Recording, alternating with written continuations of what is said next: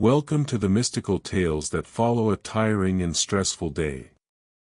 Before we begin this evening, I ask that you settle comfortably wherever you are resting right now, whether curled up under warm blankets or stretched out on your favorite armchair as the evening gently envelopes you. Relax your shoulders a little, release the tensions of the day, and allow your breathing to slow and deepen. This is something that happens naturally when you simply allow yourself to be calm. You don't need to be anywhere else right now. There's no task demanding your attention, no obligation tugging at the edges of your thoughts, so you can close your eyes, or leave them half closed and unfocused, watching the darkness behind your eyelids settle and slip away like dark water finding its level. The story I will tell is not one that rushes toward a specific goal or moves toward moments of excitement or anxiety. On the contrary, it is a story that unfolds at the evening's own pace, unhurried and measured, gently guiding you through quiet observations and small, repetitive rituals, asking you only to allow it to pass over you like the sound of rain hitting the windowpane from afar. So, breathe in slowly once more, drawing in through your nose and exhaling through your slightly parted lips, and surrender yourself to that pleasant state between wakefulness and sleep, where thoughts soften at their edges and time stretches in all directions without haste or limit. The workshop occupied the ground floor of a narrow building on a street that curved away from one of London's busier thoroughfares, tucked between a haberdasher's establishment on one side and a bookseller's modest premises on the other, and though the address was respectable enough and the location convenient to potential customers who might require the services of a clockmaker, the building itself possessed that quality of having settled into itself over many years, the brickwork darkened by decades of coal smoke, the window frames painted and repainted until the layers had accumulated into a slight softness at the corners, the doorstep worn into a gentle depression by countless feet crossing its threshold. During the daylight hours, when the city moved at its customary pace and the street filled with the sounds of commerce and conversation, the workshop maintained its place among the other establishments with quiet dignity, its window displaying a careful arrangement of timepieces that caught the eye of passengers without demanding their attention, its door opening and closing at intervals as customers arrived to collect repaired items or to discuss commissions for new work. But it was in the evening, after the neighboring shops had closed their shutters and the flow of pedestrians had diminished to the occasional late traveler hurrying home through the gathering darkness, that the workshop seemed most completely itself, most fully inhabiting the particular character that years of patient work had impressed upon it. The clockmaker, whose name appeared on a modest brass plate beside the door but who thought of himself primarily in terms of his craft rather than his identity, had remained at his bench long after his customary closing time, not because any urgent commission demanded his attention or because any customer awaited a timepiece that could not wait until morning, but rather because the habits of many years had arranged themselves into patterns that felt more natural than any conscious decision. His apprentice had departed some hours earlier, released to his evening meal and whatever modest entertainments a young man of limited means might pursue in the city on a weekday evening, and the clockmaker had locked the door behind him and turned the sign in the window to indicate that the establishment was closed, though he made no move to extinguish the lamps or to put away his tools or to climb the narrow stairs that led to the living quarters above where a cold supper waited beneath a cloth and a fire burned low in the grate. Instead, he had returned to his workbench, that scarred and ink-stained surface that occupied the position of greatest light near the window, and had resumed the work he had set aside earlier in the afternoon, not from any pressing necessity but from that particular satisfaction that comes from engaging in familiar tasks when there is no one to observe or to hurry or to require conversation. The bench itself bore the accumulation of years in every mark and stain upon its surface, the wood darkened where countless hands had rested, scored with fine lines where tools had slipped or been set down with more force than intended, spotted with oil and ink and the faint ghosts of substances whose original nature had long been forgotten. It ran the length of the wall beneath the window, providing a working surface of perhaps 8 feet, though much of that space was occupied by the tools and materials and half-finished projects that gathered there as naturally as leaves collect in sheltered corners. At the left end stood a small vise, its jaws worn smooth by use, mounted to the bench with bolts whose threads had been tightened and loosened so many times that they turned with minimal resistance. Beside it lay an array of files, their handles wrapped in cloth to provide better grip, arranged by size from the delicate needle files no thicker than a matchstick to the heavier bastard files used for rough work on larger components. A collection of hammers occupied a wooden rack constructed specifically for that purpose, their heads ranging from the tiny jeweler's hammers used for the most delicate work to the heavier ball-peen hammers employed when force was required, and beside them stood several stakes of different shapes, their polished surfaces reflecting the lamplight in small, perfect curves. The clockmaker had lit 2 oil lamps when the daylight began to fade, positioning them with care so that their combined illumination fell upon the central portion of the bench where he preferred to work, and the warm yellow light they cast created a circle of clarity surrounded by gradual shadow that deepened as it reached the corners of the room.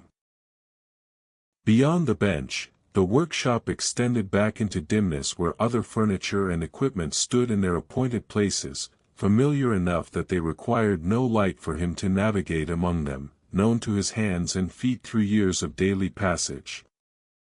A tall cabinet with glass-fronted doors held completed timepieces awaiting collection, their faces catching occasional glints from the lamps when he moved and the light shifted. A second workbench, lower than the first and fitted with a different arrangement of tools, served for the assembly of cases and the fitting of movements into their housings. Several clocks in various states of repair or construction rested on shelves that lined one wall, some with their backs removed to expose the mechanisms within, others waiting their turn for attention, and above them hung a regulator clock in a plain oak case, its long pendulum swinging with metronomic precision, its steady tick-tick-tick providing a constant measurement against which all other sounds in the workshop were heard. The clockmaker had been working for the past hour on the repair of a bracket clock, a piece of modest quality from the previous century that had been brought to him by a gentleman whose father had owned it and whose sentiment attached greater value to the mechanism than its actual worth might justify, and the work required patience rather than any particular skill, being primarily a matter of cleaning accumulated dust and old oil from the movement, replacing several worn bushings in the wheel train, and adjusting the escapement until it performed with acceptable accuracy. He had disassembled the movement completely, laying out the components on a cloth spread across a portion of the bench, and had cleaned each piece with careful attention, using soft brushes and spirits to remove the grime, polishing the pivots with fine abrasive until they turned smoothly in their jeweled bearings, and he was now engaged in the methodical process of reassembly, fitting each wheel and pinion back into its proper position, testing the motion of the train, making minute adjustments to ensure that everything meshed correctly and moved without binding. His hands moved with the unconscious precision of long practice, fingers manipulating tiny screws and delicate springs without apparent effort, though in truth every motion resulted from years of training that had taught his muscles exactly how much pressure to apply, exactly what angle to hold a screwdriver, exactly when to pause and examine a component more closely before proceeding. The tools he used were extensions of his intentions, so familiar that selecting the correct one required no conscious thought, his hand reaching for the appropriate screwdriver or tweezer or broach without his eyes needing to leave the work. A large magnifying glass mounted on an articulated arm extended over the bench, and he positioned it now to examine a particular wheel, peering through the lens to verify that the teeth showed no signs of wear or damage, satisfied that they would mesh properly with their corresponding pinion, and then swung the glass aside and continued with the reassembly. The ticking of the regulator clock marked the passage of time in its patient, unvarying rhythm, each beat identical to the last and to the one that would follow, and the clockmaker found himself falling into synchronization with that rhythm without meaning to, his breathing slowing to match its pace, his hands pausing briefly at the end of each tick before continuing their work, until he and the clock seemed to share a common pulse. Other sounds filtered into the workshop from outside, muffled by the walls and window but present nonetheless, the occasional rattle of a passing cart on the cobblestones, the distant call of someone hailing a cab, footsteps that approached and then receded without stopping, all the sounds of a city gradually settling into its evening routines, and these sounds too became part of the texture of the time he spent at his bench, familiar and expected and requiring no particular attention. The fire in the small stove that provided heat to the workshop had burned down to embers, and the temperature in the room had dropped enough that he could see his breath forming small clouds when he exhaled, but he did not immediately rise to add more coal, as the cold was not yet uncomfortable and movement would require him to pause his work and interrupt the particular concentration he had achieved. The workshop had its own climate, its own atmosphere that changed throughout the day and through the seasons, and he had long since learned to work within whatever conditions prevailed, adjusting his activities to suit the temperature and light available, and in truth he found the slight coolness of the evening conducive to close work, as it kept him alert and prevented the drowsiness that might otherwise have crept over him after so many hours at the bench. On a shelf above his work surface stood a row of small bottles containing the oils and lubricants used in clock maintenance, each labeled in his own neat hand, and beside them lay a collection of tiny brushes made from animal hair, selected for their softness and ability to reach into confined spaces, and a set of brass oilers with needlepoint applicators that allowed for the precise placement of single drops of oil on bearing surfaces. The clockmaker selected one of these oilers now, carefully applying lubricant to the pivot points of the movement he was assembling, using only the smallest quantity necessary, as excess oil would attract dust and eventually cause the very problems he was working to prevent, and he watched each drop spread along the bearing surface before moving to the next point, working his way through the mechanism with methodical thoroughness. The bracket clock he was repairing would, when completed, chimed the hours on a bell housed within its case, and he had already tested the striking mechanism separately to ensure that it functioned correctly, listening as the hammer rose and fell in its prescribed sequence, counting the blows to verify that they matched the position of the hour wheel, making small adjustments to the warning wheel until the timing satisfied him. Now he was fitting the timekeeping portion of the movement back together, the going train as it was called, which governed the speed at which the hands advanced around the dial, and this required particular attention to the escapement, that mechanism which converted the continuous force applied by the mainspring into the regulated steps that divided time into countable units.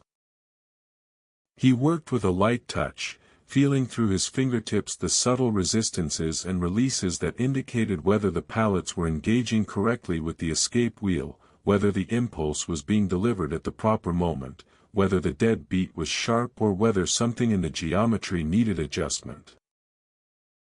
Time passed, measured by the regulator clock and by the gradual darkening visible through the window, where the last traces of twilight were giving way to full night, and the clockmaker continued his work without hurrying, finding a kind of meditation in the repetitive actions, the testing and adjusting and testing again, until the movement performed to his satisfaction. He wound the mainspring using a key, feeling the tension build as the spring coiled tighter within its barrel, and then set the escapement in motion, watching as the balance began its oscillation, back and forth, establishing its rhythm, and he listened to the tick it produced, a clear, even sound that spoke of proper adjustment and correct timing. The sound joined with that of the regulator clock, creating a counterpoint of different pitches and slightly different tempos, and he found himself listening to the relationship between them, noting how they drifted in and out of phase, sometimes aligning for a few beats before diverging again, a pattern that would continue indefinitely, neither clock caring about the other's rhythm, each maintaining its own independence while contributing to the overall soundscape of the workshop.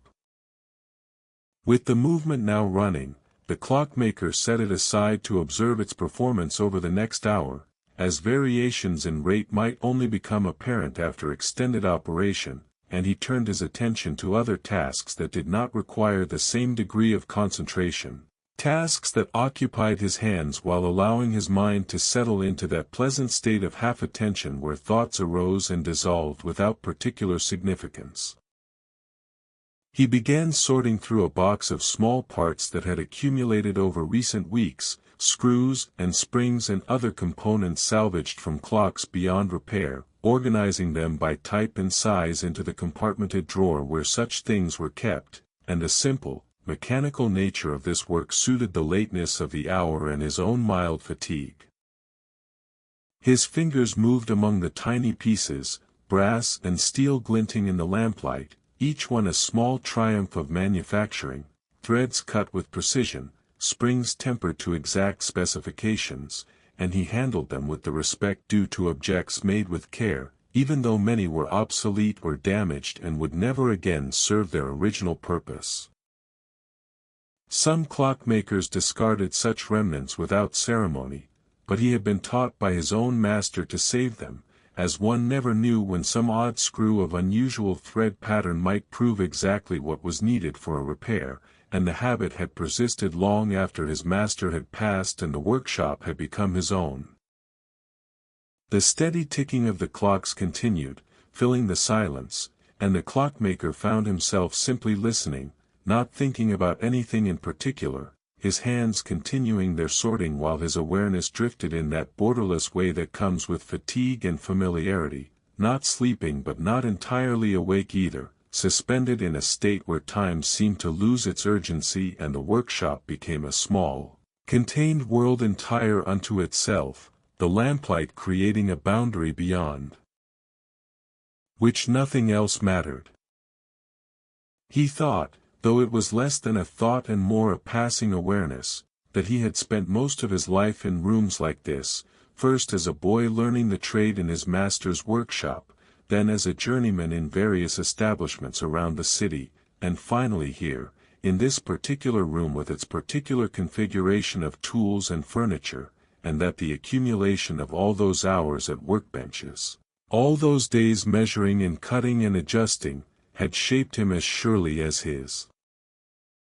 work shaped the metals he handled, had given form to his days and purpose to his movements, until he could not easily imagine what kind of person he might have become had he chosen some other trade or no trade at all. The clock he had been repairing continued its ticking, and he rose from his stool to check its rate against the regulator, noting the positions of both minute hands and calculating the difference, finding it acceptable though not perfect, knowing that he would make further adjustments in the morning when his hands were steadier and his eyes less tired. The workshop around him had settled completely into evening now, the darkness outside the window absolute except for the occasional glow of a passing lantern, and the temperature continuing to drop as the last heat from the afternoon dissipated through the walls and floor, but still he did not move to close up and retire upstairs, finding in this extension of the working day a particular satisfaction that had nothing to do with necessity and everything to do with choice. He extinguished one of the lamps, reducing the light to a single pool around his bench, and seated himself again on the high stool that had worn itself to the shape of his body over the years, its seat polished smooth by countless hours of occupation, and he reached for the final task he had set himself, a small personal project that he worked on only in moments like these, when the day's obligations had been fulfilled and the evening stretched before him with no demands. It was a pocket watch of his own design, a piece he had been constructing for no other purpose than to please himself, incorporating refinements and decorative elements that no customer would have commissioned or paid for, and he took it from its place of safekeeping wrapped in soft cloth and laid it on the bench before him, studying it with the critical eye of a craftsman who sees simultaneously what has been achieved and what remains to be done.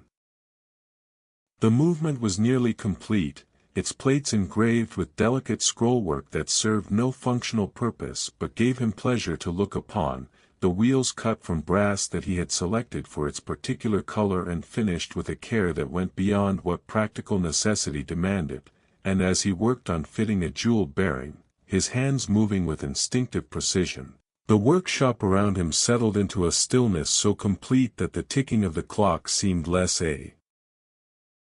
sound than a physical presence, a pulse that sustained the space itself, and time, which he spent his life measuring and regulating and making visible through the motion of hands across dials, became something else entirely, something that flowed around and through him without division or boundary, and he worked on in the lamplight, surrounded by the evidence of his craft, while the city outside continued its own rhythms and the night deepened and the hours accumulated one tick at a time. The pocket watch lay open before him on a square of velvet cloth, its movement partially assembled, and the clockmaker selected a jeweled bearing from a small paper packet, holding it up to the lamplight to examine its clarity, noting the faint inclusions within the ruby that marked it as natural stone rather than the synthetic varieties that were beginning to appear in cheaper work, and he positioned it carefully in the plate where it would support one end of the balance staff, using a specialized tool to press it into place with just enough force to seat it firmly without risking a crack. The bearing settled with a barely perceptible click that he felt more than heard, and he tested its placement by attempting to move it with the tip of a needle, satisfied when it remained fixed, and then turned his attention to preparing the corresponding jewel for the opposite side, repeating the process with the same careful deliberation.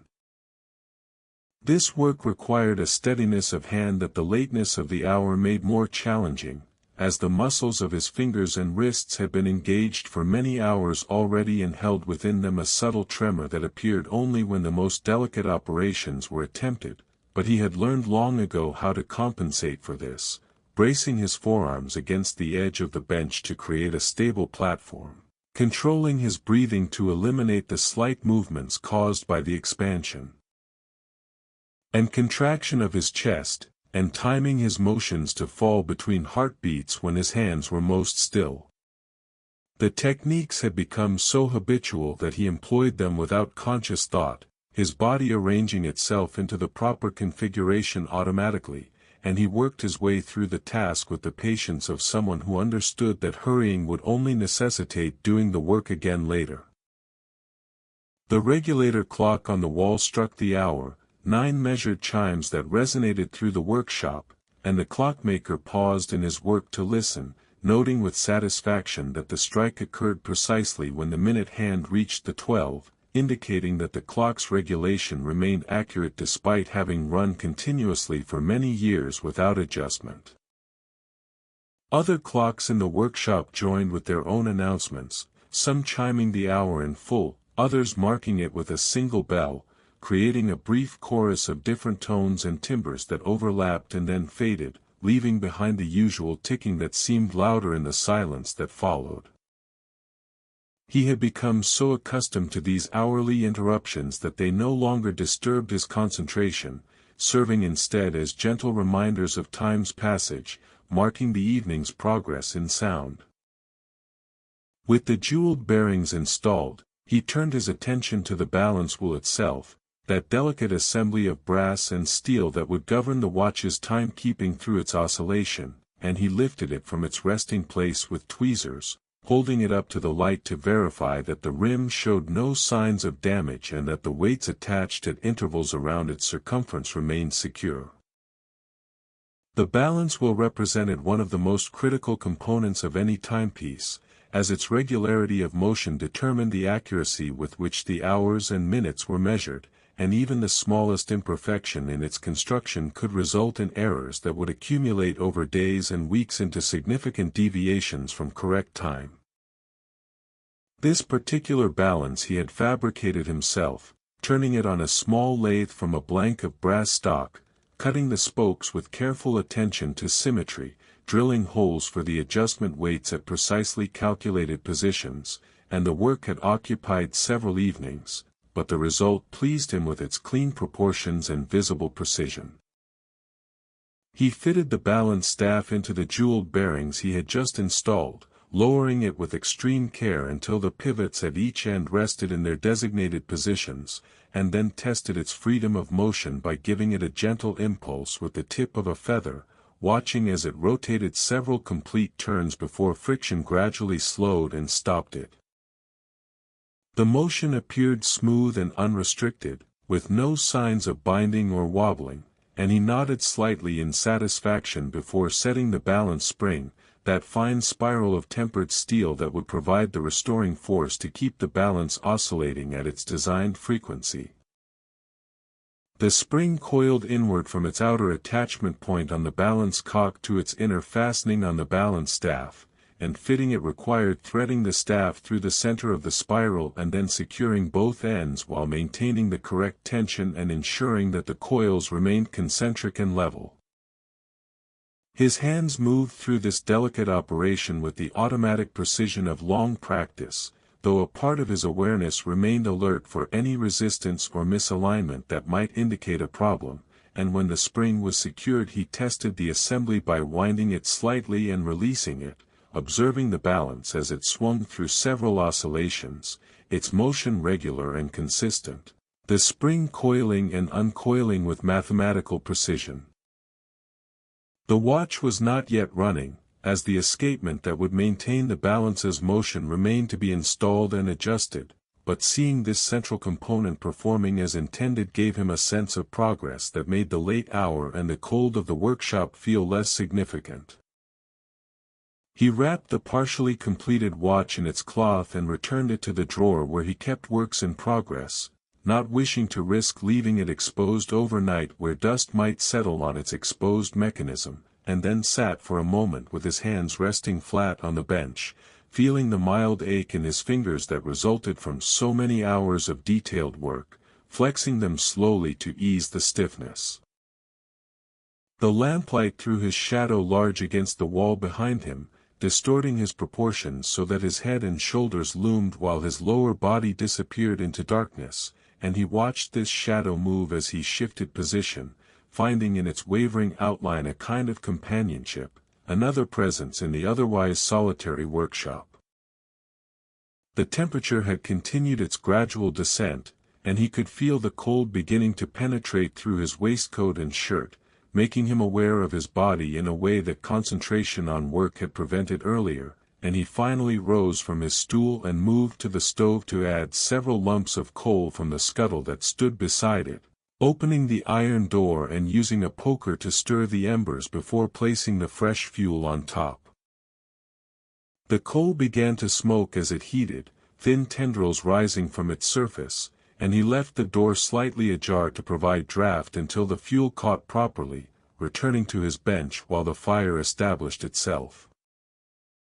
As he seated himself again, his attention was drawn to the window, where condensation had begun to form on the inside of the glass, creating patterns of droplets that caught the lamplight and ran down in slow trails, merging and separating according to principles of surface tension and gravity that he understood intellectually but found no less fascinating to observe. The street beyond remained quiet, visible only as vague shapes and the occasional movement of lighter shadow against darker, and he found himself wondering about the lives being lived in the buildings around him, the families gathered in their rooms, the solitary individuals like himself pursuing whatever occupations or thoughts filled their evenings, all of them contained within their separate spaces yet sharing the same night, the same city, the same slow progression of hours toward sleep and eventual morning. A cat appeared on the windowsill outside, a gray creature of indeterminate origin that frequented the neighborhood and occasionally received scraps from the various shopkeepers along the street, and it peered in at him with eyes that reflected the lamplight in green-gold points, its expression carrying that particular mixture of curiosity and indifference that characterized its species. The clockmaker regarded the cat for a moment, noting how it had positioned itself to take advantage of whatever small warmth might be radiating through the glass, and he felt a brief kinship with this other solitary being engaged in its own form of patient waiting, though what the cat waited for he could not have said. After a time the creature tired of its observation and moved on, disappearing from view, and he returned his focus to the interior of the workshop.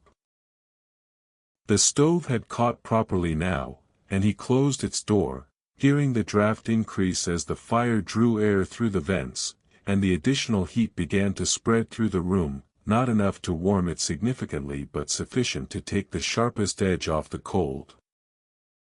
He knew from experience that by midnight the stove would need more fuel, and that he would need to make a final addition before retiring upstairs if he wished to find the workshop at an acceptable temperature in the morning, but for now the fire would sustain itself without attention, and he turned his thoughts to what remained to be done before he could reasonably consider the evening's work complete.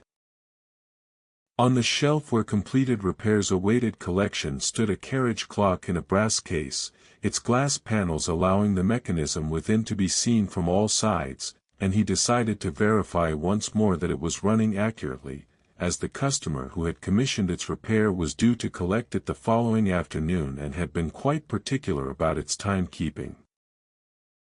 He lifted the clock carefully and brought it to his bench, comparing its displayed time with that shown by the regulator, finding them in agreement within a few seconds, which satisfied the requirements of accuracy for such a piece. The carriage clock had been designed for travel, its movement incorporating features to protect it from the shocks and vibrations of transportation, and it possessed a certain robust elegance that he admired, the engineering straightforward and honest without unnecessary complication. He wound it using the key that hung from a small hook on its back, feeling the resistance increase as the mainspring tightened, counting the turns to ensure he did not overwound and damage the mechanism, and when it was fully wound he set it back in motion and returned it to its place on the shelf, making a mental note to prepare an invoice for the repair before the customer's arrival. The work of maintaining a business required these administrative tasks alongside the craftsmanship itself, and though he found less satisfaction in the writing of invoices and the keeping of accounts than in the actual manipulation of tools and materials, he had learned to attend to such matters with the same thoroughness he brought to technical work, understanding that neglect of the business side would ultimately undermine his ability to practice his craft. The drawer in which he kept his account book occupied a position in the desk that stood against the wall opposite his workbench, and he considered briefly whether to attend to the paperwork now or to postpone it until morning, when his mind might be fresher and his lamp would be fueled by natural daylight rather than oil that would need replenishing soon. He decided on postponement, as the evening had already stretched long enough and the tasks he most wished to pursue were those involving his hands rather than his pen, and so he remained at his bench, allowing his gaze to wander across the various items that occupied its surface, each one representing some stage of work begun or contemplated or set aside for later consideration. Among these items lay a collection of clock hands that he had fabricated over the past months, cutting them from sheets of brass and steel, filing their edges smooth, shaping their ends according to various traditional patterns, some simple and utilitarian, others more decorative with pierced designs or elaborate curves. He had made more than any immediate need required, working on them during odd moments when his mind was too tired for tasks demanding greater concentration, and they had accumulated into a small inventory that he found pleasing to look upon, each hand a miniature sculpture that served both aesthetic and functional purposes. He selected one now, a minute hand perhaps 2 inches long with a delicate taper and a small trefoil at its tip, and he examined it closely, checking that the central hole through which the hand would mount to its arbor was perfectly centered and smooth, making a tiny adjustment with a broach to remove a slight burr that might cause friction. This attention to details that only he would likely notice characterized much of his work, a perfectionism that extended beyond what customers would perceive or compensate him for, driven by standards that existed primarily in his own mind and judgment. He had been accused more than once of wasting time on refinements that added no value, but he could not bring himself to work otherwise, finding that the satisfaction he derived from his trade depended precisely on these extra measures, these moments of additional care that transformed adequate work into something approaching excellence, even if that excellence remained largely invisible to those who purchased his services. The workshop's various clocks continued their ticking, each maintaining its individual rhythm, and the clockmaker found himself listening to them not as separate sounds but as a collective texture, a kind of temporal fabric that underlay everything else, and within this texture he could distinguish patterns and relationships, moments when several ticks aligned to create a stronger pulse, other moments when they fell into complex polyrhythms that pleased his ear with their accidental sophistication. He had worked in silence often enough to know that he preferred this constant measurement of passing time, this audible reminder that existence proceeded in countable increments, that what seemed continuous was actually comprised of discrete events succeeding one another in endless sequence. The oil in the lamp beside him had burned low enough that the flame had begun to waver, and he reached for the small can of lamp oil that he kept on the shelf beneath the bench, carefully refilling the reservoir while the lamp remained burning, a practice not strictly recommended but one he had performed so many times that the risk of accident seemed negligible. The fresh oil flowed in, raising the level in the reservoir, and the wick drew it up, the flame steadying and brightening as the supply increased, and he replaced the can in its position and adjusted the wick to achieve the particular quality of light he preferred, bright enough for detailed work but not so bright as to create harsh shadows or consume fuel unnecessarily. With the lamp replenished, he turned his attention to a task he had been postponing throughout the day, the cleaning of his tools, which had accumulated small deposits of oil and metal filings and required regular maintenance to prevent deterioration. He selected a soft cloth from a drawer and began wiping down the files, working methodically from one end of the row to the other, removing the residue that had collected in their teeth, applying a thin film of oil to the metal surfaces to protect against rust. The files represented a significant investment, as quality files were expensive and essential to his work, and he treated them with corresponding care, storing them in such a way that their surfaces would not contact each other and cause damage, wrapping the more delicate ones in cloth before returning them to their places. From files he moved to other tools, cleaning screwdrivers and burnishers, inspecting hammers for signs of wear, straightening the points of his gravers, each tool receiving its measure of attention, and the work proceeded without hurry, his hands moving through motions repeated countless times before, his mind quiet and his breathing steady. The stove ticked occasionally as its metal parts expanded and contracted with changes in the fire's intensity, adding another sound to the workshop's acoustic landscape, and outside a light rain had begun to fall, so gentle that it made almost no sound but visible in the way it caught the lamplight when he glanced toward the window. The rain prompted him to think about weather and its effects on his work, how humidity could cause certain materials to swell or contract, how temperature influenced the viscosity of oils and the behavior of springs, how barometric pressure might subtly affect the regulation of certain clocks, and though these effects were generally small enough to ignore in domestic timekeeping, he had learned to account for them when working on precision instruments or when customers complained of clocks that kept good time in one season but not in others. The workshop itself maintained relatively stable conditions, its thick walls and small volume buffering it against the most extreme variations, but he remained aware of the weather nonetheless, noting its patterns and seasonal changes the way a farmer might, though his crops were mechanical rather than agricultural. When the tools had been cleaned and returned to their places, he sat for a moment with empty hands, uncertain whether to continue working or to finally concede to the lateness of the hour and retire upstairs, and in this brief pause he became aware of his fatigue more acutely, feeling it in the heaviness of his eyelids and the ache that had settled into his lower back from so many hours on the stool. Yet he felt no particular urgency to move, finding in this state of tired stillness a kind of contentment that made the prospect of climbing the stairs and preparing for bed seem somehow less appealing than simply remaining where he was, surrounded by the familiar furniture and tools of his profession, listening to the clocks mark time in their patient, mechanical voices. He allowed his eyes to close for a moment, not sleeping but resting them, and in the darkness behind his eyelids the day's work replayed itself in fragments, images of hands and wheels and springs, movements tested and adjusted, conversations with customers, the apprentice's questions and his own answers, all of it flowing past without particular order or emphasis, and beneath these images ran the constant ticking, present even in memory, as if the clocks had embedded their rhythm so deeply in his consciousness that it continued regardless of whether his ears actually heard it or whether his mind merely supplied it from habit.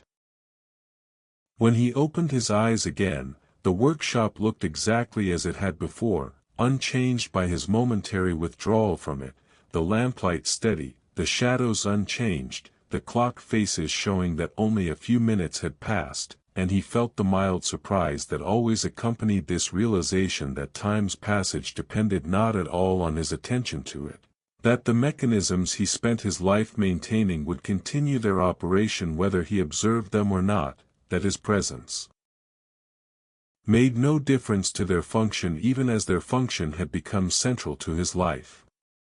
He rose from his stool, feeling his joints protest slightly at the movement, and walked the length of the workshop to the regulator clock, opening its case to check the oil level in the escapement, finding it adequate, listening to the tick with his ear close to the movement, detecting nothing irregular in its sound.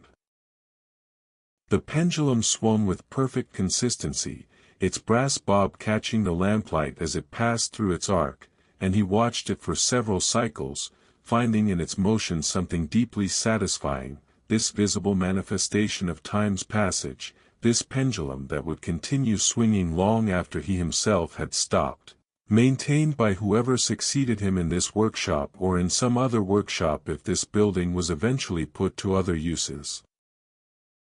The thought prompted a brief consideration of succession and legacy, topics he usually avoided as they led inevitably to uncomfortable questions about mortality and purpose, but tonight in his fatigue the thoughts arrived without their usual sting, seeming instead like neutral observations about the nature of craftwork and its relationship to individual lives. He had trained apprentices who had gone on to establish their own workshops, passing along the skills his master had taught him, and in this way his influence would extend beyond his own hand's direct production. Though whether any of those apprentices would remember him specifically or would simply absorb his teaching into the general body of knowledge they had accumulated from various sources he could not say, and found he did not particularly care. He closed the regulator's case and returned to his bench, this time with the intention of actually beginning to shut down the workshop for the night, and he started the process by extinguishing the second lamp, reducing the light once more to a single source, and in the increased dimness the workshop seemed to contract around him, the walls drawing closer, the shadows deepening until only the immediate area around his bench remained clearly visible. He sorted through the items on his work surface, returning each to its proper location, and as he did so he found himself performing each action with particular attention, as if trying to fix the details in memory, though why he felt this impulse he could not have explained. The pocket watch he had been working on earlier called to him from its drawer, and he experienced a momentary temptation to retrieve it and continue with its construction, but he recognized this impulse as the product of fatigue rather than genuine need, understanding that in his current state he was more likely to make errors than progress. And so he resisted the urge and instead reached for a clock that needed only minor regulation, a simple adjustment he could make without risk of causing damage even with tired hands.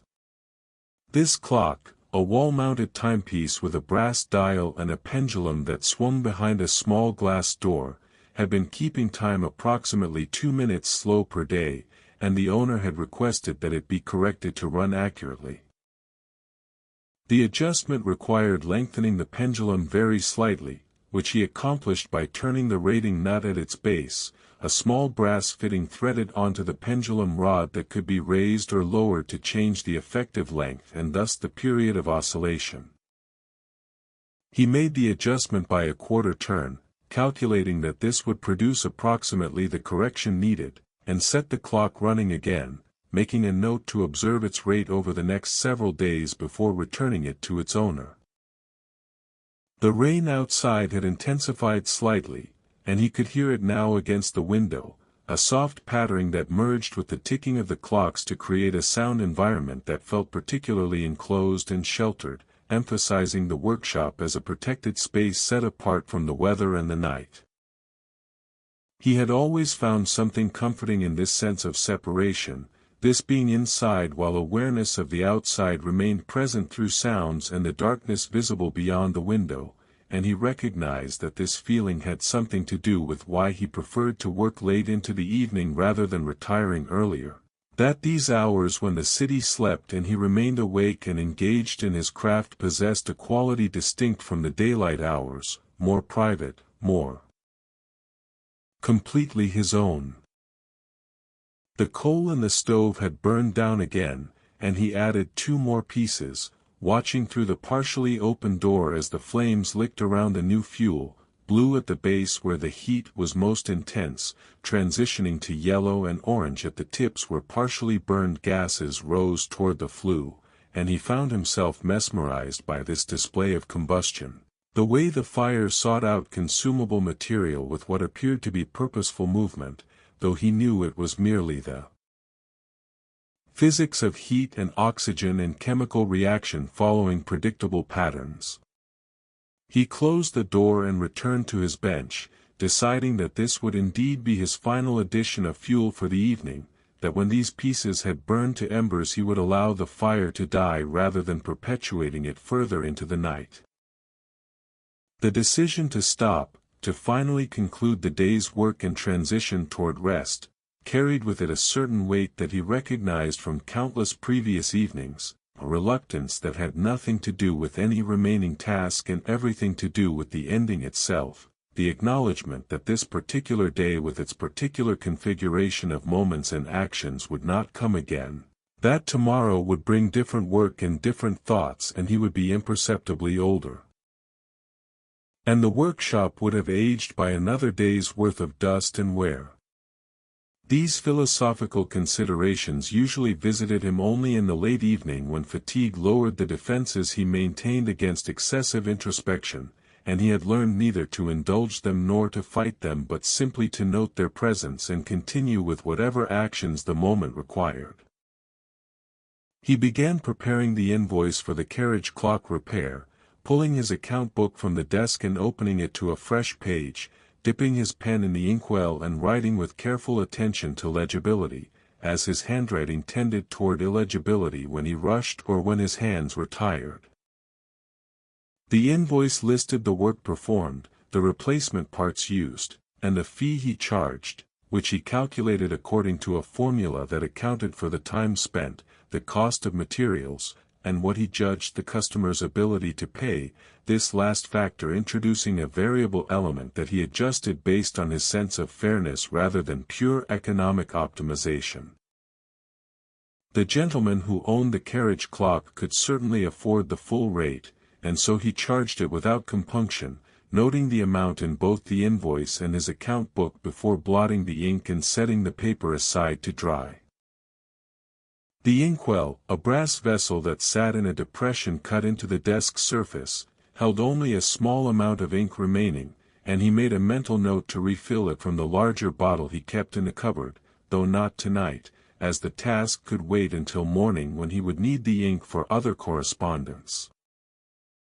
His accounts showed a modest profit for the month, sufficient to cover his expenses and to set aside a small amount for eventual repairs to the building or replacement of worn tools, though not enough to consider any expansion of the business or any significant changes to his circumstances, and this financial stability without particular prosperity suited him well enough, as he had never harbored ambitions toward wealth or expansion, preferring the manageable scale of his current operation to the complications that growth would introduce. With the invoice complete, he closed the account book and returned it to its drawer, and the action felt ceremonial, a formal ending to the business portion of the day, though the hour was such that most people would have concluded their business activities many hours earlier. The lamp beside him flickered momentarily as a draft found its way through some gap in the window frame, and he adjusted the wick slightly to compensate, his hands moving with automatic precision to achieve the stable flame he desired, and the light steadied and continued its illumination of the small circle that contained his work. He found himself thinking about the apprentice who had departed hours earlier, a youth of perhaps 16 with an aptitude for the mechanical aspects of clockwork but a tendency toward impatience that manifested in rushed movements and incomplete attention to detail, and he wondered whether this impatience would diminish with time and experience or whether it represented a fundamental aspect of the boy's character that would limit his ultimate achievement in the trade. The clockmaker had been patient in his own apprenticeship, though whether from natural temperament or from the strictness of his master's instruction he could not now recall, the two factors having merged in memory into a single influence that had shaped his approach to work. He hoped the boy would develop the necessary patience, as he showed promise in other respects, but he had seen apprentices with initial promise fail to progress beyond a certain level of competence, their early advantages undermined by character traits they could not or would not modify. These considerations about the apprentice led to thoughts about teaching and the transmission of knowledge, about what could be communicated through words and demonstration and what could only be learned through the accumulation of experience, and he recognized that much of what he knew about clockwork existed not in explicit form but in his hands and eyes and ears, in the ability to feel when a bearing was properly seated or to hear when an escapement was correctly adjusted, skills that could be pointed toward during instruction but not directly transferred, requiring instead that each learner discover them independently through trial and error under guidance. He had tried to explain this to the apprentice, but the boy seemed to believe that knowledge consisted primarily of facts and procedures that could be memorized and applied, not yet understanding that expertise in a craft involved a transformation of perception itself, a development of sensitivities that made visible what had previously been invisible and audible what had previously been merely noise.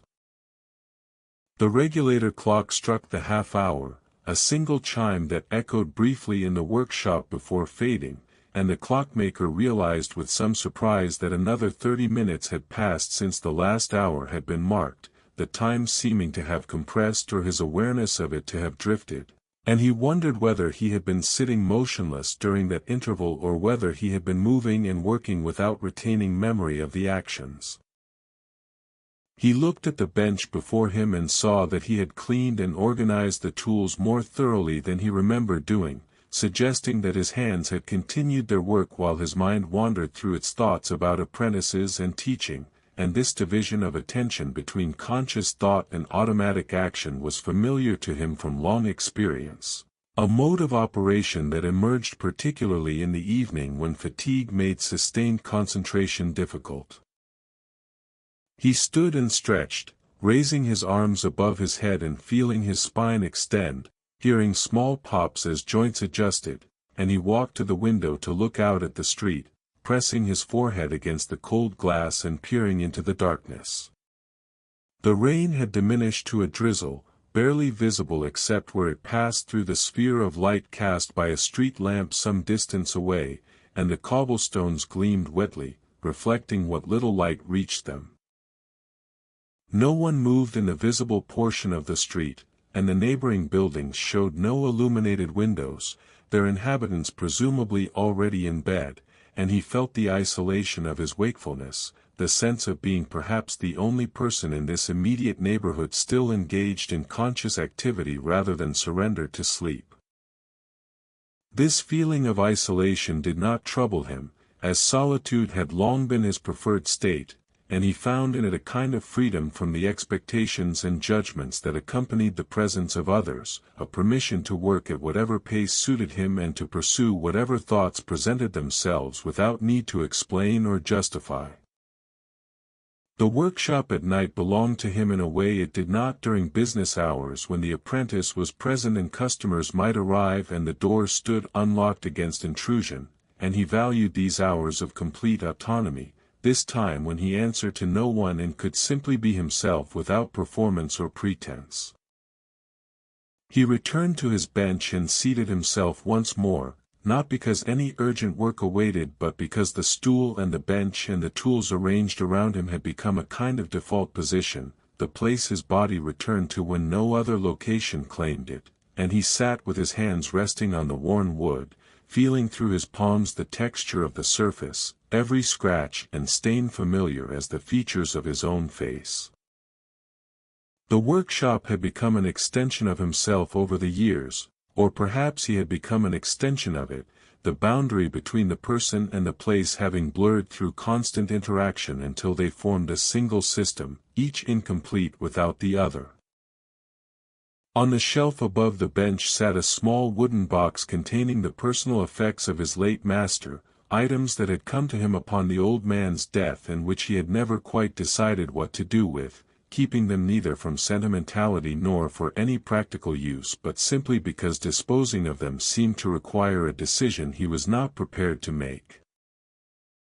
The box contained a pocket watch that no longer ran, several letters whose contents he had never read out of respect for privacy, a pair of spectacles with cracked lenses, and a few other objects of no particular value, and occasionally he would open the box and examine these items, trying to understand what they revealed about the man who had owned them, though the artifacts themselves remained stubbornly mute, offering no insights beyond their physical presence. He did not open the box tonight, but its presence on the shelf reminded him of mortality and continuity, of the way lives connected across time through the medium of craft and teaching, and he thought about the chain of clockmakers stretching back through generations, each learning from predecessors and teaching successors, the knowledge accumulating and being refined and occasionally being lost when no successor appeared to receive it, and he wondered what parts of his own knowledge would survive his death and what parts would disappear, and whether it mattered in any ultimate sense whether the particular techniques he had mastered were preserved or allowed to vanish in favor of newer methods and technologies. These thoughts threatened to become melancholic, and he pulled himself away from them by focusing on immediate sensory experience, noting the temperature of the workshop, which had warmed slightly from the stove's heat, the quality of the lamplight, which had begun to acquire a slightly reddish tint as the oil burned, the sound of the clocks with their overlapping ticks and their occasional chimes, the smell of coal smoke and machine oil and old wood that characterized the space, and in this attention to present sensation the larger questions receded, leaving him simply where he was, in this moment, in this room, engaged in this life that required no justification beyond its own continuation. He picked up one of the clock hands he had fabricated earlier, holding it up to the light and examining it from different angles, appreciating the way its polished surface caught and reflected the illumination, creating highlights and shadows that revealed its three-dimensional form, and he set it down and picked up another, and then another, comparing them, noting the subtle variations in their shapes and proportions even though all had been made to the same general pattern, recognizing that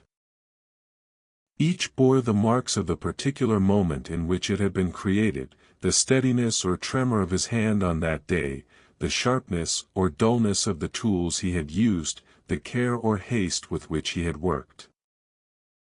These variations, invisible to most observers, spoke to him of the impossibility of exact replication when work was done by hand, of the way each created object carried within it a record of its making, and he found in this inevitable uniqueness something that justified the continuation of hand work even as machines became capable of producing more uniform results.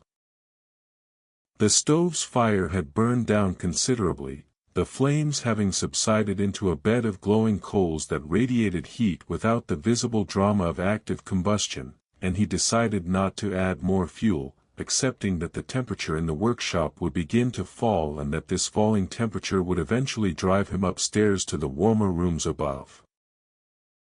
He had no particular desire to leave the workshop, but he recognized the practical necessity of rest, understanding that tomorrow would bring its own demands and that he would meet them more capably if he allowed himself proper sleep, and so he began the final preparations for closing, moving with deliberate slowness as if to postpone the inevitable transition from work to rest. He gathered the clock hands he had been examining and returned them to their drawer, each one wrapped in a small piece of cloth to prevent scratching, and he closed the drawer with a soft click that seemed louder in the increasing quiet of the late evening. His movements had become slower, whether from fatigue or from the psychological weight of ending the day he could not determine, and he found himself pausing between actions, his hands resting on drawer handles or tool grips for a moment longer than necessary, as if saying farewell to objects he would not see again for many hours.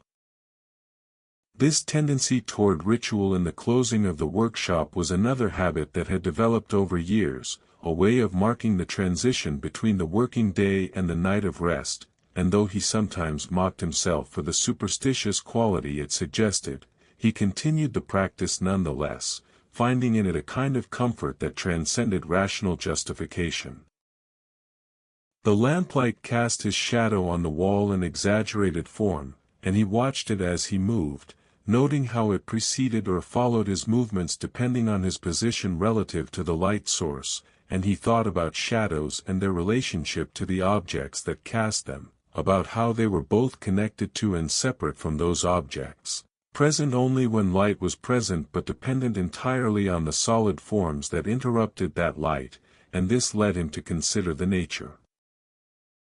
of reality and representation, whether the shadows his life cast in the memories of others bore any true resemblance to the actuality of his existence or whether they were distortions as exaggerated as the shadow on the wall, and these philosophical meanderings confirmed his fatigue, as such thoughts typically emerged only when his mental defenses had been lowered by exhaustion. He began the process of extinguishing the lamp, but paused before turning down the wick, seized by a sudden reluctance to darken the workshop, to end this particular evening with its particular quality of solitude and quietness, and he stood with his hand on the lamp's adjustment knob, not moving, simply being present in the moment, listening to the ticks and feeling the slight warmth radiating from the lamp and watching the shadows hold their positions on the walls. Time continued its passage regardless of his hesitation, the clock hands moving incrementally forward, the earth rotating beneath the stars outside, his own heart beating in his chest, and after a span of stillness whose duration he could not have measured, he turned the wick down slowly, watching the flame diminish and gutter and finally extinguish, leaving behind only the faint glow from the stove visible through the gaps around its door and the barely perceptible illumination that filtered in from the street lamps outside.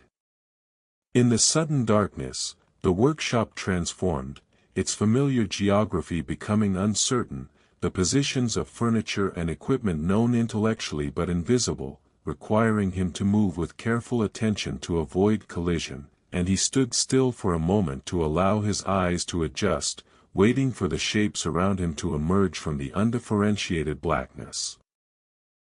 Gradually the windows became visible as slightly lighter rectangles, and the outline of the regulator clock could be distinguished against the wall, and the reflection from the stove door created a faint reddish glow on the floor nearby, and these minimal sources of illumination provided just enough visual information for him to navigate toward the door that led to the stairs. Before leaving, he performed his customary final check, moving through the darkened workshop with the confidence of long familiarity, touching each surface to confirm that nothing had been left in a state that might cause problems overnight, that no oil lamp remained burning, that the stove door was properly closed, that tools had been put away and works in progress secured against accidental damage. His hands moved over surfaces his eyes could barely see, reading through touch what vision could not provide, and this tactile survey of the workshop completed the day's routine, the final punctuation before transition to rest. The stairs leading up to his living quarters were narrow and steep, built into what had originally been a closet or storage space when the building was first constructed, and he climbed them slowly in the darkness, one hand trailing along the wall for balance, his feet finding each step through memory rather than sight. The risers worn smooth by decades of use before he had ever occupied this building and further smoothed by his own daily ascents and descents over the years he had worked here. The staircase creaked under his weight, each step producing its characteristic sound, a sequence of notes he knew so well that any variation would have immediately alerted him to some structural change requiring attention, but tonight the sounds followed their familiar pattern, and he climbed without concern, emerging at the top into the small landing that separated his bedroom from the sitting room where he took his meals and spent what little leisure time his work permitted. A single candle burned on the table in the sitting room, left there by his own hand earlier in the evening against his eventual return, and its light seemed bright after the darkness of the workshop, though in truth it provided only the most modest illumination, enough to navigate the room without collision but insufficient for reading or any task requiring visual precision. He had grown accustomed to this minimal light in the evening hours, having lived for so many years according to patterns of economy that conserved resources as a matter of habit rather than necessity, and he saw no reason to waste lamp oil or additional candles when the single flame served adequately for his needs. The sitting room was small and plainly furnished, containing a table with 2 chairs though he never entertained guests, a cabinet holding dishes and a few books, a narrow hearth where a fire had been laid but not lit, as he had chosen to take his evening meal cold rather than trouble with building a fire that would burn for only an hour before he retired. The room's single window looked out over the rear of the building toward a small courtyard shared by the neighboring properties, and through it he could see the faint glow of windows in the houses opposite, suggesting that he was not quite the last person in the vicinity to remain awake, though the lights were few and scattered among the many darkened windows.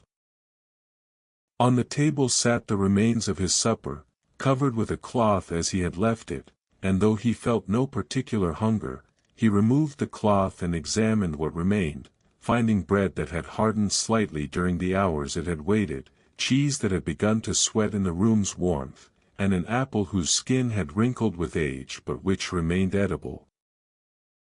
He ate without ceremony or pleasure, standing beside the table rather than seating himself, consuming the food as fuel for his body rather than as an experience to be savored, and when he had finished what he wanted and wrapped the remainder for the next day's breakfast, he washed his hands in the basin that stood on a stand near the window, the water cold enough to make him gasp slightly when he plunged his hands into it.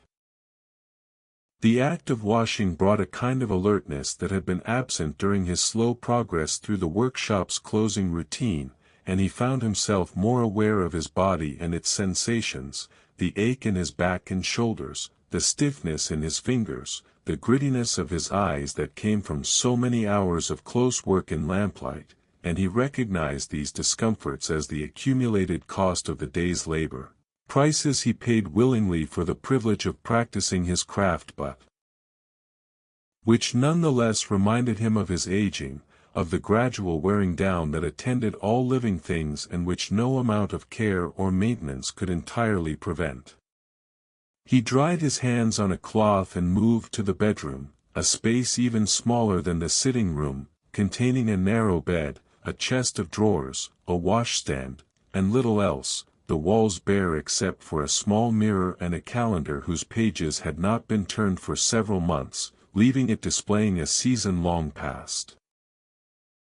The bed had been made that morning with the automatic precision of habit, its coverlet pulled smooth, its pillow arranged just so, and he sat on its edge to remove his shoes, unlacing them slowly, pulling them off and setting them side by side beneath the bed, and then removing his stockings, which he draped over the footboard to air before tomorrow's wear.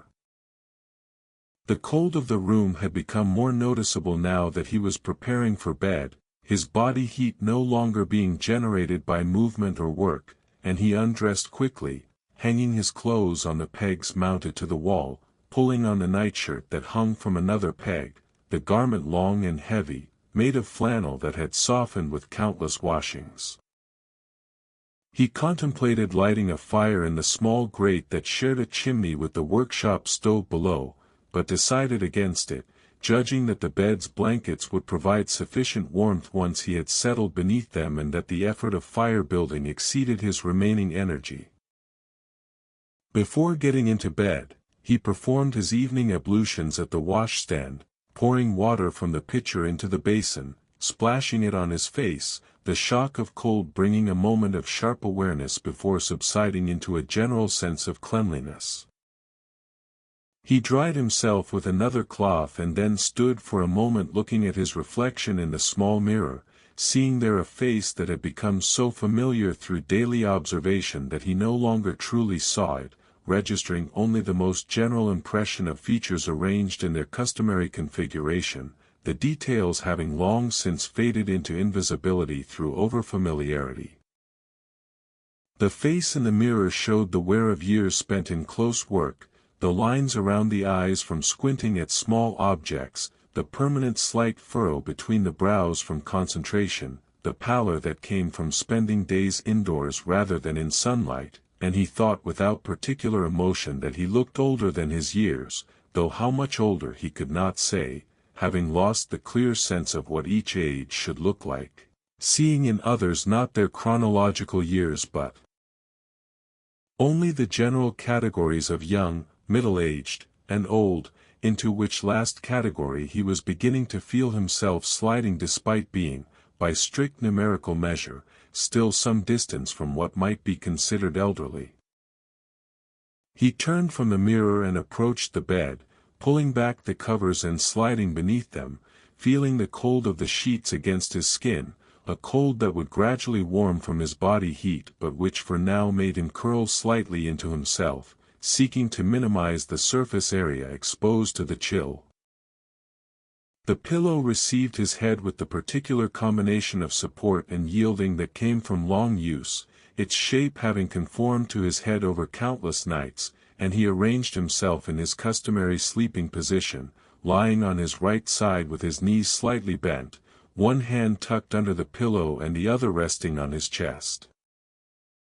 The bedroom, like the workshop below, had its own soundscape, different from the constant ticking that characterized his working space but equally familiar, the sounds of the building settling, timber expanding and contracting with changes in temperature, the faint rush of wind past the chimney, the occasional distant sound from neighboring properties, voices heard through walls or footsteps from the floors above or beside, all the small noises that comprised the acoustic environment of urban living. He had learned to sleep through these sounds, or rather to sleep within them, their presence no more disturbing than the sound of his own breathing, and he lay listening without analyzing, allowing the sounds to wash over him without interpretation or response. Sleep did not come immediately, as his mind continued processing the day's events and observations, images and thoughts arising without particular order or connection, the face of a customer who had been difficult to satisfy, the mechanism of the pocket watch he had worked on, the apprentice's clumsy handling of a delicate spring, the cat at the window, the rain against the glass, all of it flowing past like debris on a stream, visible for a moment and then gone, replaced by other images. equally transient. He made no effort to control or direct these thoughts, having learned that attempting to force sleep only delayed its arrival, that the mind needed this period of processing and gradual quieting before it would consent to surrender consciousness. The darkness of the room was not complete, as light from the street lamps filtered through the thin curtain that covered the window, creating a dim glow that allowed the shapes of furniture to be vaguely distinguished from the surrounding blackness, and he found himself looking at these shapes as they wavered slightly with the movement of air or the adjustment of his eyes, seeing in them sometimes their actual forms and sometimes the suggestions of other shapes entirely, faces or figures that appeared for a moment and then resolved back into the familiar outlines of chest and washstand and chair. His breathing had begun to slow and deepen, following the pattern that preceded sleep, and his body had relaxed into the mattress, no longer holding any tension, becoming simply weight distributed across the bed's surface, and his thoughts had begun to lose their distinctness, merging and blurring at their edges, becoming less like separate items and more like a continuous stream of semi-awareness that flowed without direction or purpose. He was approaching that threshold between waking and sleeping, that border region where consciousness persisted but transformed into something different from its daytime operation, where time became elastic and causation ceased to function reliably and the rules that governed waking thought no longer applied. A clock in one of the neighboring buildings struck midnight, the chimes carrying through the walls, muffled but audible, 12 measured tones marking the transition from one day to the next, and the clockmaker counted them automatically, his professional attention to time persisting even as he drifted toward sleep, and when the 12th chime had faded he felt a kind of completion, a sense that the day had officially ended and that whatever tomorrow would bring existed in a future that had not yet begun, leaving him suspended in this present moment that belonged neither to the day past nor the day to come. In the workshop below, the clocks continued their operation, ticking through the darkness, their mechanisms advancing incrementally, their springs unwinding by degrees so small as to be imperceptible, their pendulums swinging through arcs that would continue through the night and into the morning, maintaining their measurement of time regardless of whether anyone observed or heard them, and the clockmaker, lying in his bed above, remained connected to them through the habit of years, his sleeping mind aware of them in some deep stratum of consciousness where the distinction between his own functioning and theirs had become blurred. The warmth had begun to accumulate beneath the blankets, creating a cocoon of comfort that made the thought of movement increasingly unimaginable, and his body settled more completely into immobility, finding its final arrangement for the night, the small adjustments ceasing as muscles released their last holdings of tension.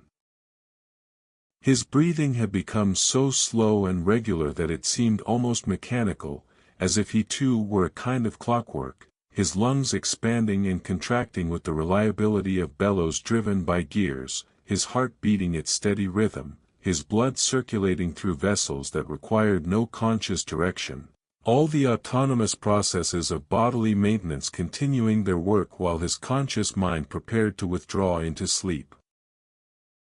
The threshold approached, that final step from awareness into unconsciousness, and he felt himself beginning to cross it, his thoughts fragmenting into images that followed no logical sequence, his sense of his body's position becoming uncertain, as if he were simultaneously lying in bed and floating in some undefined space, and the boundary between himself and his surroundings grew permeable, so that he could not quite determine where his body ended and the bed began, whether the darkness he perceived existed outside him or within his closed eyes, whether the sounds he heard were actual or remembered or imagined. And in this state, neither fully awake nor completely asleep, he existed for a span of time that he could not measure, suspended between states, and the workshop below continued its ticking, and the city around him breathed through its countless sleeping inhabitants, and the night progressed toward the eventual dawn that would bring the morning light and the return of wakefulness and the resumption of work. But for now there was only this moment of transition, this gentle sliding away from consciousness into the dark waters of sleep, where the day's concerns dissolved and the mind rested and the body repaired itself through processes that required no awareness or intention.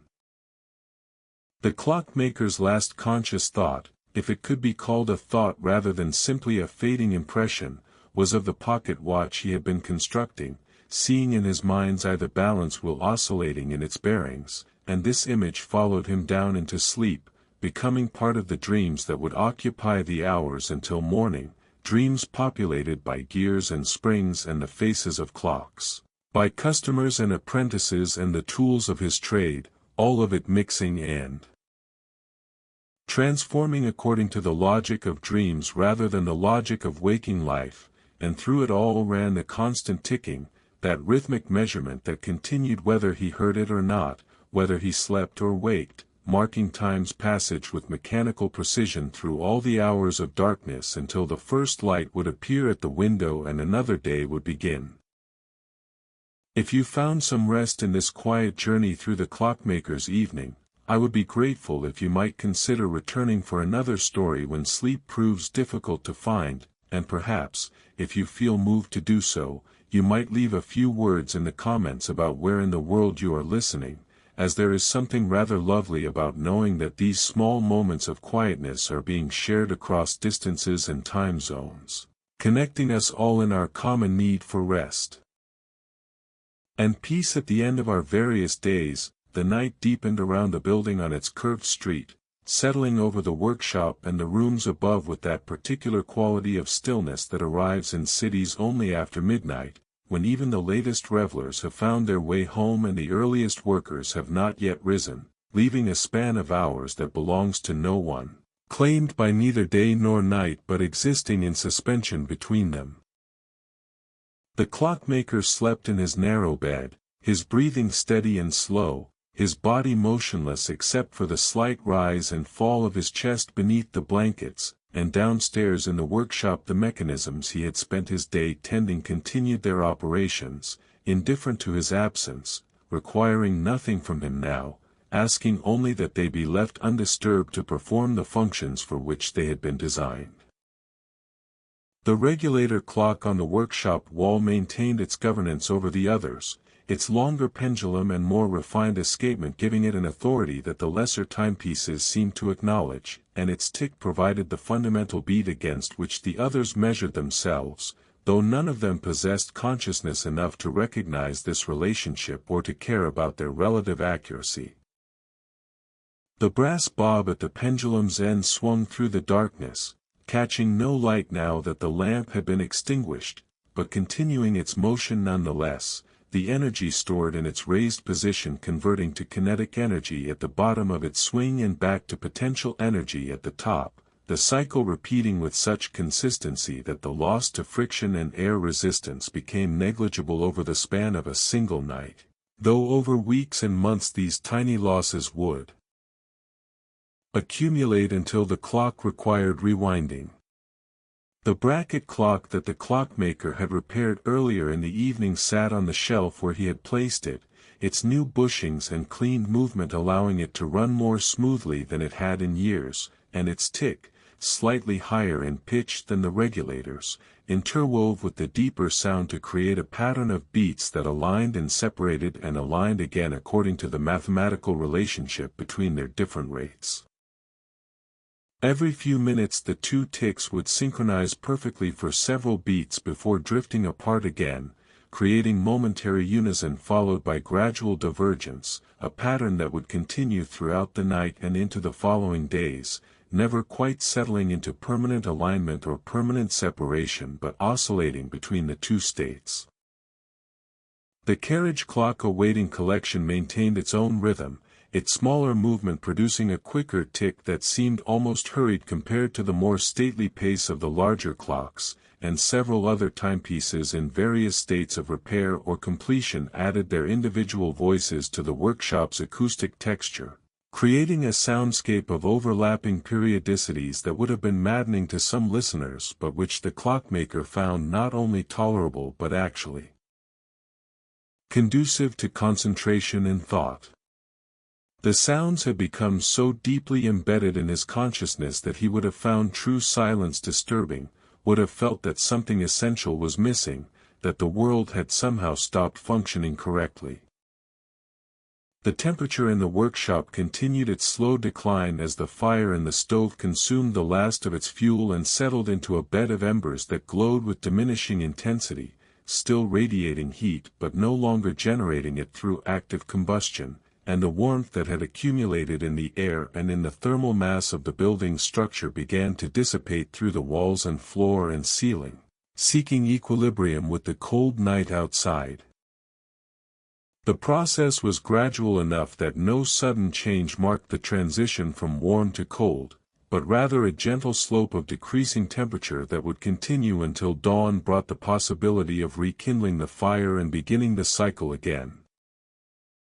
The tools on the clockmaker's bench rested in their appointed places, each one holding the position where his hands had left it, the files in their rack, the hammers on their hooks, the screwdrivers standing in their holder, all of them waiting with the patience of inanimate objects for the return of the hands that would give them purpose and motion.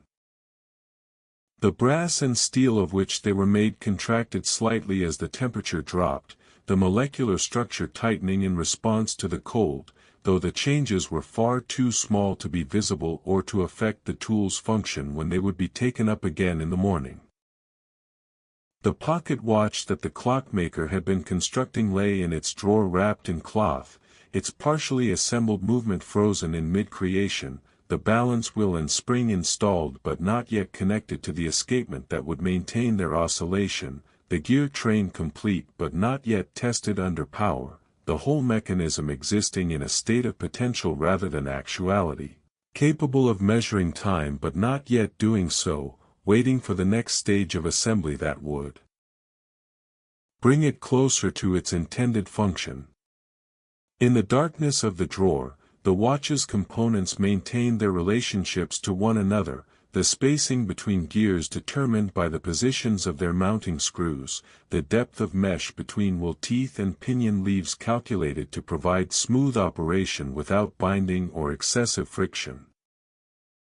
Above the bench, the shelf held its collection of bottles and tools and materials, each item stable in its position, the liquids in the bottles settling into perfect levelness as gravity pulled them downward with impartial force, the oils separating slightly into their constituent components as the lighter fractions floated above the heavier, though the separation was slight enough that a simple shake would recombine them when next they were used.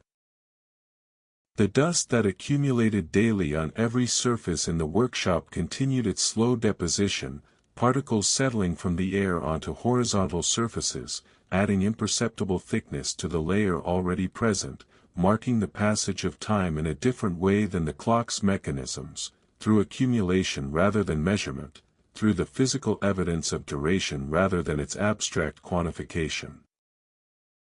The window at the front of the workshop looked out onto the empty street, the glass cold enough now that condensation had formed on its interior surface, droplets coalescing and running down in slow trails that followed the paths of least resistance, merging with other droplets to form larger ones that fell more quickly, leaving dry paths behind them that would soon be covered again as more moisture condensed. The street beyond remained deserted, the cobblestones gleaming wetly from the earlier rain, reflecting the light of the street lamps in elongated patches of illumination that stretched and compressed depending on the angle of view, and no movement disturbed this scene except for the occasional gust of wind that sent a small eddy of leaves or paper scraps tumbling along the gutter before subsiding and leaving everything still again. The neighboring buildings stood dark and silent, their inhabitants asleep in rooms similar to the one where the clockmaker rested, each person in their own bed, pursuing their own dreams or simply experiencing the blank unconsciousness that sometimes characterized sleep, and all of them connected by their proximity and their shared participation in the city's rhythms even as they remained isolated within their individual dwellings. The haberdasher in the shop to one side slept above his establishment just as the clockmaker did, his stock of ribbons and buttons and thread resting on their shelves below, and the bookseller on the other side had climbed to his own quarters hours earlier, leaving his inventory of volumes to sit undisturbed through the night hours when no customers would arrive to browse or purchase. In the bedroom above the workshop, the clockmaker had descended fully into sleep now, crossing the threshold he had approached earlier and entering the deeper states where dreams occurred and the mind processed the day's experiences, sorting them and storing them and discarding what was deemed unnecessary, though by what criteria this sorting occurred no one could say with certainty. His body had achieved the complete relaxation that characterized proper sleep, his muscles released from the tension of waking life, his breathing following its automatic rhythm without any conscious regulation, his heart continuing its essential work of circulation without requiring or receiving any direction from his conscious will. The dreams that moved through his sleeping mind carried the residue of his waking concerns, populated by clocks and customers and the tools of his trade, but transformed by the logic of dreams into configurations that would have been impossible or nonsensical in waking life. He found himself working on a clock whose mechanism was simultaneously larger than a building and small enough to fit in his palm, its gears made of some substance that was both metal and water, solid enough to bear weight but flowing like liquid when touched, and he adjusted its escapement with tools that changed shape in his hands, becoming sometimes screwdrivers and sometimes brushes and sometimes simply extensions of his own fingers. The dream progressed through various scenes and situations without the linear causation that governed waking experience, jumping from the workshop to locations he had never seen, to conversations with people who might have been customers or apprentices or his long-dead master, all of them speaking words that seemed meaningful in the moment but which dissolved into incomprehensibility when he tried to remember them, and through it all ran the ticking of clocks, that constant measurement that provided the only continuity between the dream's disparate elements, the rhythm that persisted regardless of what else changed or transformed or appeared and disappeared. At times the dream brought moments of frustration, as he struggled to complete tasks that kept shifting their requirements or to explain concepts to listeners who couldn't understand or who vanished before he finished speaking, and at other times it brought satisfactions of the kind that waking life rarely provided, problems solving themselves effortlessly, mechanisms assembling perfectly without need for adjustment, customers expressing gratitude that exceeded any reasonable response to his work. These emotional fluctuations occurred without the dampening effect that conscious thought usually imposed, rising and falling with an intensity that waking experience had trained him to moderate, and he moved through them without questioning their exaggeration, accepting the dream's reality as complete and self-sufficient while it lasted. The night continued its progression toward dawn, though dawn remained many hours distant, and the city around the workshop breathed through its collective sleep, millions of individual consciousnesses suspended in their various states of rest, and above them all the stars turned through their ancient patterns, visible only in the brief gaps between clouds, their light traveling across unimaginable distances to arrive at this particular moment and place, falling on buildings and streets' end. People who paid them no attention, being absorbed or reflected according to the properties of the surfaces they struck. The moon, past full and waning toward its last quarter, hung low in the western sky, its pocked face showing the same features it had shown for millennia, unchanged by human observation or the passage of earthly time, and its light mixed with the artificial glow of the street lamps to create a composite illumination that belonged neither to nature nor to human artifice but combined elements of both. Inside the workshop, the clocks continued their patient accounting of time's passage, each tick representing a fractional advance of their hands across their dials, and though no one watched or listened or cared about their readings at this hour, they performed their function with mechanical faithfulness, being incapable of shirking or rebellion or the decision to simply stop, bound by their construction to continue until their mainsprings unwound completely or some part broke or wore beyond. The capacity to function.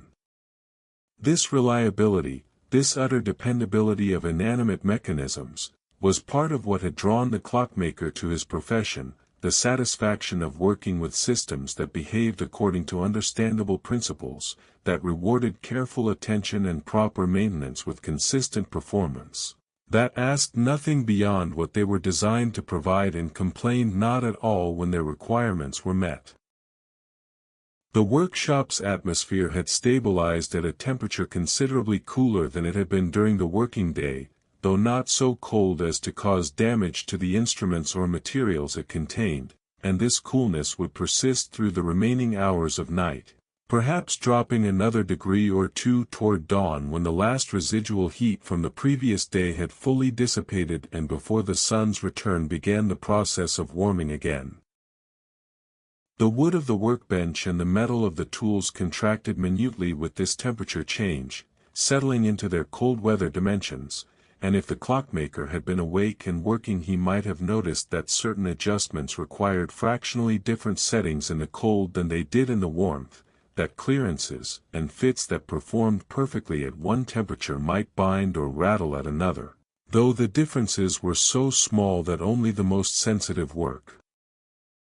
revealed them.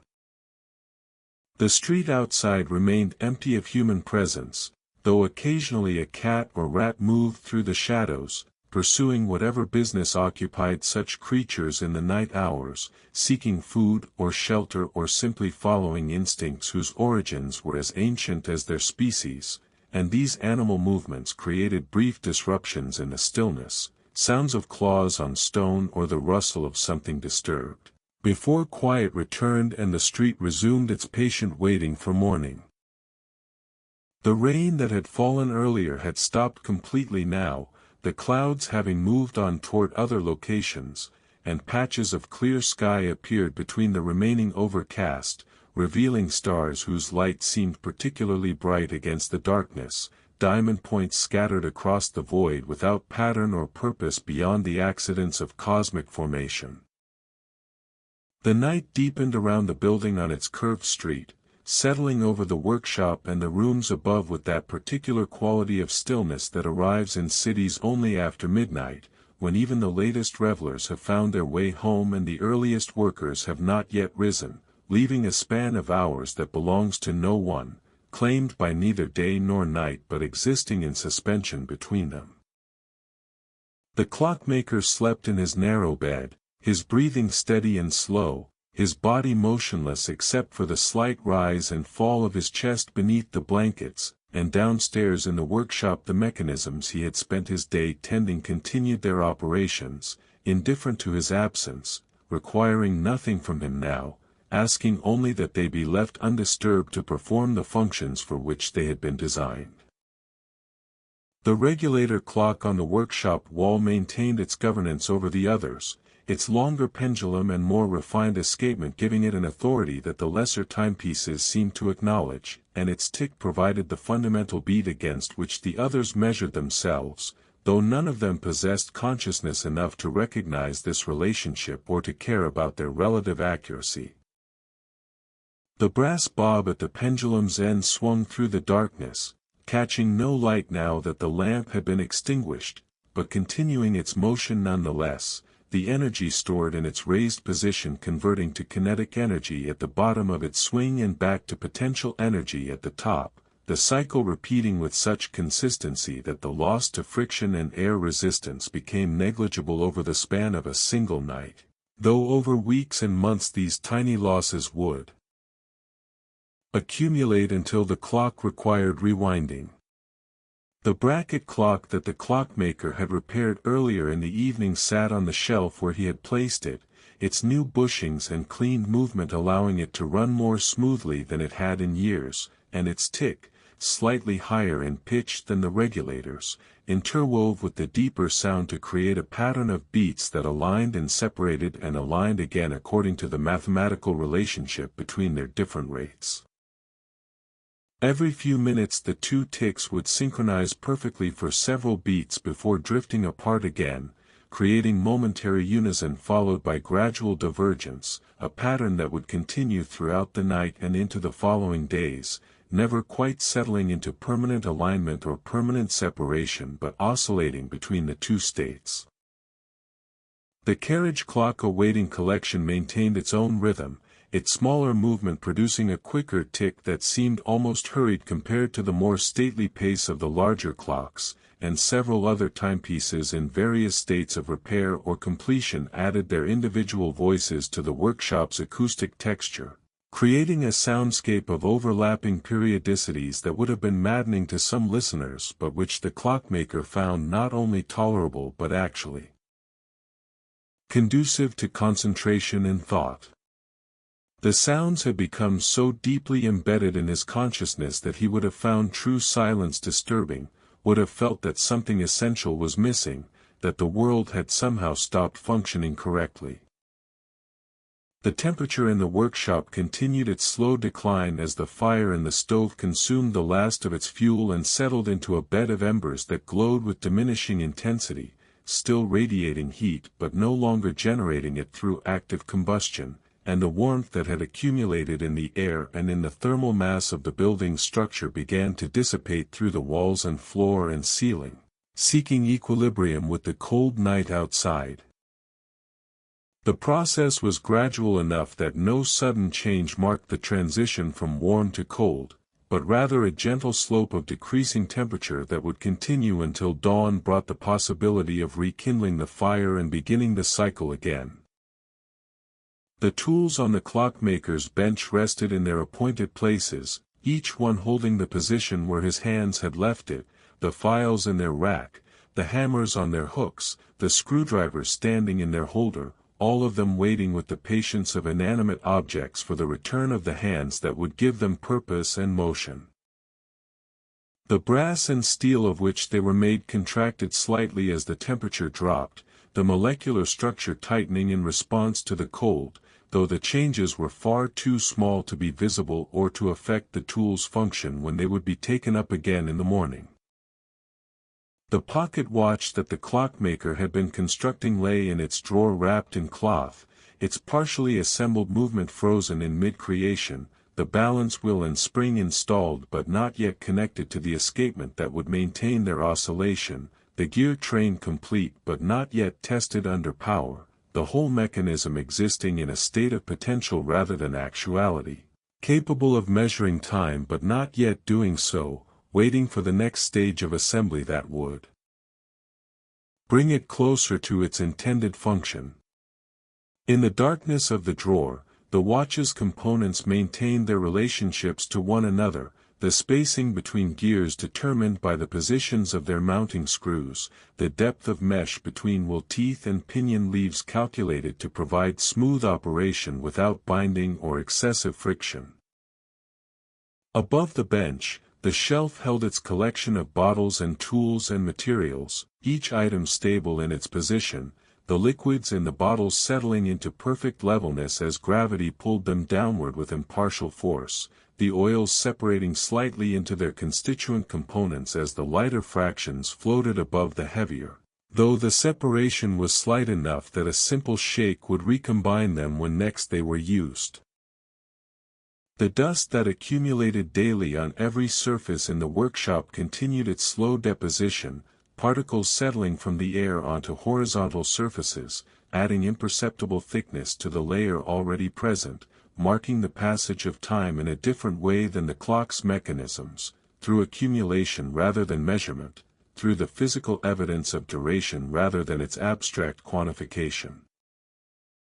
The window at the front of the workshop looked out onto the empty street, the glass cold enough now that condensation had formed on its interior surface, droplets coalescing and running down in slow trails that followed the paths of least resistance, merging with other droplets to form larger ones that fell more quickly, leaving dry paths behind them that would soon be covered again as more moisture condensed.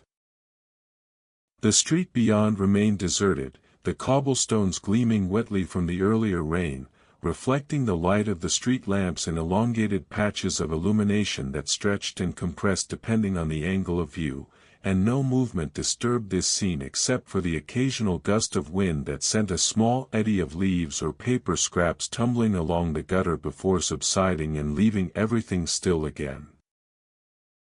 The neighboring buildings stood dark and silent, their inhabitants asleep in rooms similar to the one where the clockmaker rested, each person in their own bed, pursuing their own dreams or simply experiencing the blank unconsciousness that sometimes characterized sleep, and all of them connected by their proximity and their shared participation in the city's rhythms even as they remained isolated within their individual dwellings.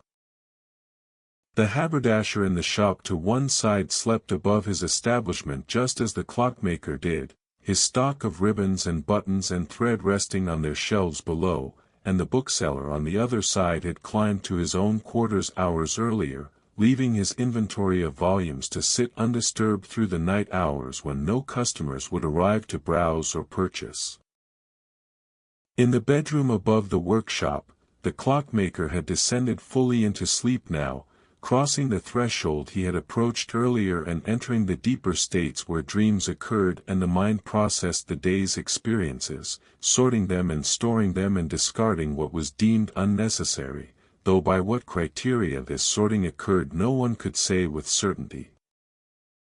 His body had achieved the complete relaxation that characterized proper sleep, his muscles released from the tension of waking life, his breathing following its automatic rhythm without any conscious regulation, his heart continuing its essential work of circulation without requiring or receiving any direction from his conscious will.